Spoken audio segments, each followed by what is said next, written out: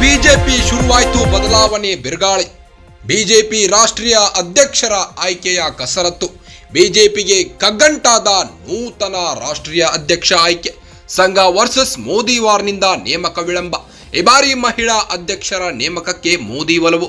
ಮಹಿಳೆಯನ್ನ ಅಧ್ಯಕ್ಷೆಯನ್ನಾಗಿ ನೇಮಿಸಿದರೆ ಬಿಜೆಪಿಗೆ ಲಾಭ. ಹೀಗಾಗಿ ಸ್ಮೃತಿ ಇರಾನಿ ನೇಮಕಕ್ಕೆ ಮೋದಿ ಶಾ ಒಲವು. ಮೋದಿಯ ಈ ನಿರ್ಧಾರಕ್ಕೆ ಸುತಾರಾಂ ಒಪ್ಪದ ಆರ್ಎಸ್ಎಸ್. ಈ ಬಾರಿ ಬಿಜೆಪಿ ರಾಷ್ಟ್ರೀಯ ಅಧ್ಯಕ್ಷರನ್ನ ನಾವು ಹೇಳಿದ ವ್ಯಕ್ತಿಯೇ ಆಗಬೇಕು. ಮೋದಿಗೆ ಸಂದೇಶ ಕೊಟ್ಟಂತೆ ಸಂಘದ ನಾಯಕರು. ದೇವೇಂದ್ರ ಫಡ್ನವೀಸ್ ಪರ ಆರ್ಎಸ್ಎಸ್ ಒಲವು.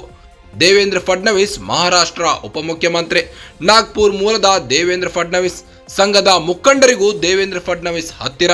ಆರ್ಎಸ್ಎಸ್ ಮತ್ತು ಮೋದಿ ಮಧ್ಯೆ ನಡೆಯುತ್ತಿದೆ ಹಗ್ಗಾಜಗ್ಗಾಟ. ಕೇಂದ್ರ ಬಿಜೆಪಿಯಲ್ಲಿ ಶುರುವಾಯಿತು ಬದಲಾವಣೆಯ ಬಿರುಗಾಳಿ. ಬಿಜೆಪಿ ರಾಷ್ಟ್ರೀಯ ಅಧ್ಯಕ್ಷರ ಆಯ್ಕೆಗೆ ಕಸರತ್ತು ನಡೀತಾ ಇದೆ.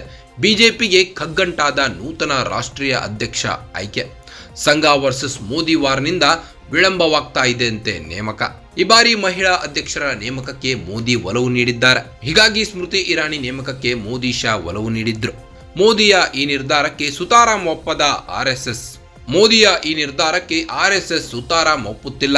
ಈ ಬಾರಿ ಬಿಜೆಪಿ ರಾಷ್ಟ್ರೀಯ ಅಧ್ಯಕ್ಷರನ್ನ ನಾವು ಹೇಳಿದ ವ್ಯಕ್ತಿಯನ್ನೇ ಮಾಡಬೇಕು. ಮೋದಿಗೆ ಸಂದೇಶ ಕೊಟ್ಟಂತೆ ಸಂಘದ ನಾಯಕರು. ದೇವೇಂದ್ರ ಫಡ್ನವೀಸ್ ಪರ ಆರ್ಎಸ್ಎಸ್ ಒಲವು ತೋರಿಸುತ್ತಿದೆ.